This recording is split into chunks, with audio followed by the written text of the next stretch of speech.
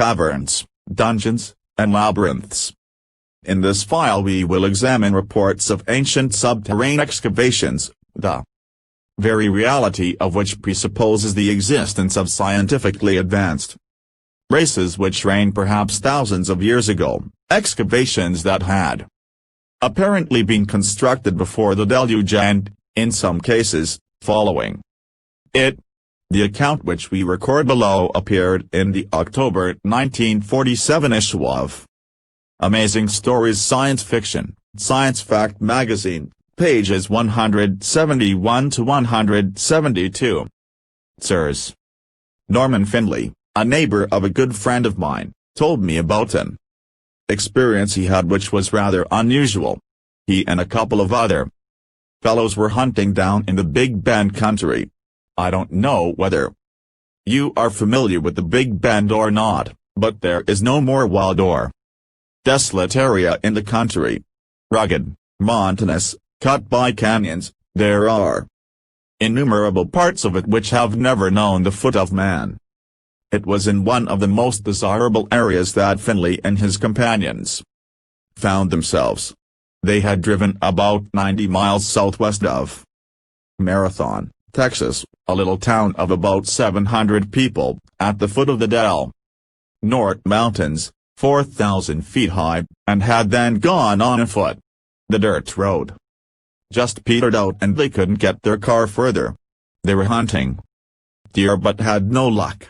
Just as they were about to call it a day, Finley spotted a mountain lion. He snapped a shot at it and knocked it over.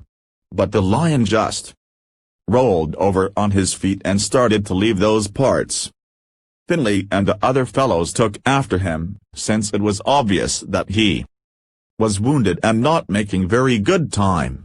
They managed to keep him in sight for about a mile and were sure they had him when he ran into a box canyon. The lion, however, started up a faint trail up one side of the canyon to a small cave they could see about 100 feet from the floor of the canyon. They followed him up this trail, but when they got to the cave, there was no lion. The cave was one of those dished-out affairs that are so common in the Southwest, eroded out of the face of a cliff and cup-shaped. The only access to it was by that trail. But this cave was a bit queer. It had a sand floor and was just about big enough to park 20 cars in it. On the cliff edge was a low stone wall. This in itself was not too unusual, because such caves have sheltered Indians for thousands of years. The thing that did make it unusual was that in the rear of it was a perfectly round hole. It was obvious that the lion had ducked into this. They approached it rather cautiously and tossed some stones in it to see if they could stir him up. But there was no response. They could hear the stones rolling and bouncing down an incline, and the sound just got fainter and fainter until it died away altogether. They then approached the hole and peered down into it. It was perfectly round also. It was about 4 or 5 feet in diameter. They couldn't see very far down it, but it appeared to descend rather sharply and at a steady gradient. The fellows gathered some dry grass from the canyon floor and made some torches. The incline of the bore was too steep for them to climb down, so they tossed the torches down it. They just slid down further and further and disappeared into the gloom. They never did see or hear of the lion again. At first they thought they had stumbled onto some old Spanish mine workings. But there was no sign anywhere of a dump that always goes with a mine. By all rights there should have been some sign of the earth and rock that had come out of that hole, but there wasn't. When they inspected the hole itself more closely, they were amazed at its symmetry and at the consistency of the section of the bore as far as they could see down it.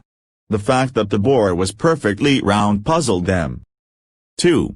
If it was a mine shaft, it most certainly wouldn't have been round, but instead would have been flat on the bottom. The fact that the shaft extended straight and unwavering as a rigid pipe, was cause for further amazement. Since the fellows had no rope with them, which would have been needed to descend the shaft, as well as lights, they scratched their heads a while and then left. Finley wanted to go back with equipment and see how far down the shaft went and what was at the bottom of it. But ranchers are busy people and he never went back. In the meantime he got pretty well broken up when a horse threw him, and he now lives in Fort Worth while he has someone else to run the ranch. We talked rather idly about having a look at his cave someday. He says he knows exactly where it is and could find that box canyon with his eyes shut. So far we haven't done anything about it. But we may either this summer or next when we get time to go down to Big Bend. Finley told me this story about a year before even you heard of Shaver, so you can be sure he wasn't influenced by the Shaver mystery. In fact, I don't believe he has ever heard of the Shaver mystery, even to this day. E. Stanton Brown, Fort Worth 7, Texas. Another letter, dated January 1948, appeared in Amazing Stories magazine, also confirming that strange Paraspelian phenomena exists in the western part of Texas. However, the artifacts described in the following letter seem to involve areas north of Big Bend, not far from the Guadalupe MTS and the New Mexico border. Perhaps this account is a partial confirmation of a subterranean connection between areas below the Big Bend of Texas and the Guadalupe range of southern New Mexico - northwestern Texas. Quoting from the letter: Sirs, since I have been an interested reader of Amazing Stories since my high school days, 1929, when AS was a bigger magazine, I feel like one of the family when I read the letters in the discussion pages. The temptation has arisen many times to write a letter to you concerning some hotly discussed matter, but something has always prevented me from getting at it. However, the October issue pushed me too far, and here goes. The mysterious cave mystery Stanton Brown spoke of in his letter is not exactly news to me. In 1938, a party of 6 of my friends and myself spent 7 months in that area of Texas and Upper Mexico. We were testing an electronic instrument that we had developed, and needed lots of space and some mineral deposits for the various tests. So, we got rather well acquainted with the Big Bend country, and the Figure 2 ranch north of there. We arrived there in January and camped in the Sierra Blancas, storing a lot of our equipment at the town of Van Horn.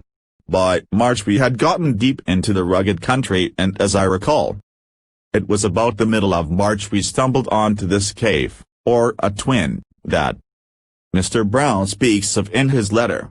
Everyone was so dumbfounded by it that we spent the better part of the rest of the month in making a thorough investigation. We penetrated the shaft to a distance of 870 feet and at about 650 feet found some very finely executed writing on the right wall at eye level, in what resembles cuneiform. At 800 feet one of the party fell over a cloth lying in the dust, and upon closer examination, it was found to be part of a blue shirt, of fairly recent manufacture, indicating that someone else had been this far in recent times. This and an empty pint whiskey bottle dated 1897 was all we located to indicate recent occupation. Of course, in a country where desperados such as Black Jack, Billy the Kid, etc., hid out where they could, and the more solitary the better, such a find was not too surprising. At about 780 feet the floor dips more sharply downward, and at near 900 feet progress is very hazardous due to moisture and increased slant downward. We carried rocks from the opening, and rolled them from the point where we could no longer walk, but they simply faded out with a rumble after a few seconds. We tried rolling flaming yucca stumps to see if, perhaps, we might determine more about the boar further on, but this proved to be futile, since the stumps burned poorly at best, probably due to bad air. It was very stuffy and hot after the first 300 feet from the opening. We held a powwow to try and figure out how we could go further down, but the only thing would have been lots of lariat ropes, or a long steel cable, and neither was available nearer than some 50 miles. If Mr. Finley had taken the time to go hunting up in the Figure 2 ranch territory, he might have run across another, and to me more interesting, cave than the Big Bend one. About 62 miles north, Branton, from the town of Van Horn you go through the salt flat country, where the salt wars of the Old West occurred. Westward, some 8 or 9 miles from the road is the Apache Canyon country, and as rugged as anywhere on the face of the globe. In an offshoot of Apache Canyon to the south, is an almost impassable gash called Hell Canyon. The walls of this canyon rise precipitously for at least 1,000 feet and top out on Apache Peak on one side and an old Indian ceremonial ground on the other side. More desolate country would be hard to imagine. Coyotes and mountain lions are plentiful, and panthers no novelty. I have seen as many as 34 deer in a herd down below on the grassy ledge sloping down toward the canyon floor. Of course, further up toward the box end of the canyon it was much too rugged for deer, but a few mountain sheep are seen. It was in the wildest part of the canyon that the other cave was found. In fact, we almost fell into it. The high grass about the opening hid the dished-out entrance. We were at an elevation of approximately 7,000 feet and going was tough, especially with a pack, and we had stopped to rest when one of the party remarked that it sounded hollow when any of us talked. Of course, we all yapped away at the same time trying to figure if this was so, and sure enough it was. Further investigation located the hole some 6 feet to the left of where we had stopped. It was roughly oval in shape, some 30 by 18 feet, and bridged in the center the short way by a natural rock arch heavy enough to support an elephant. In the center of the arch were 3 deep grooves caused, we hazarded, by rope passing over the arch. We spent several hours in investigating the surrounding terrain to see if there might be any other entrances to the cave, but found none. It sloped sharply from the opening down about 200 feet, and then the board disappeared, curving upward. We succeeded in getting down till the first level, by tying all our ropes together, and subsequently investigated a lot of it. Threading through the soil were long stringers of quartz, but oddly enough, at the same time there were chunks of rock as big as a piano that were solid. Masses of seashells. Quite a lot of pottery, both broken and whole, was found. The most interesting thing was, however, that the farther we went the colder it got. Also there was a sound of either rushing wind or water, which got louder the lower we went. We came upon 2 human skeletons not over 500 feet from the entrance, but they must have been very old, as the bones crumbled at the touch. Everything was covered with the deep dust after passing the bent and no indication of any living thing having passed there was ever noted. It was very dark and depressing, and the chill was very penetrating. When you consider that the outside temperature was near 100 degrees, you can imagine how we were dressed. We had 3 flashlights, one a 5-cell, and after a while it was all that was left that would give a decent light.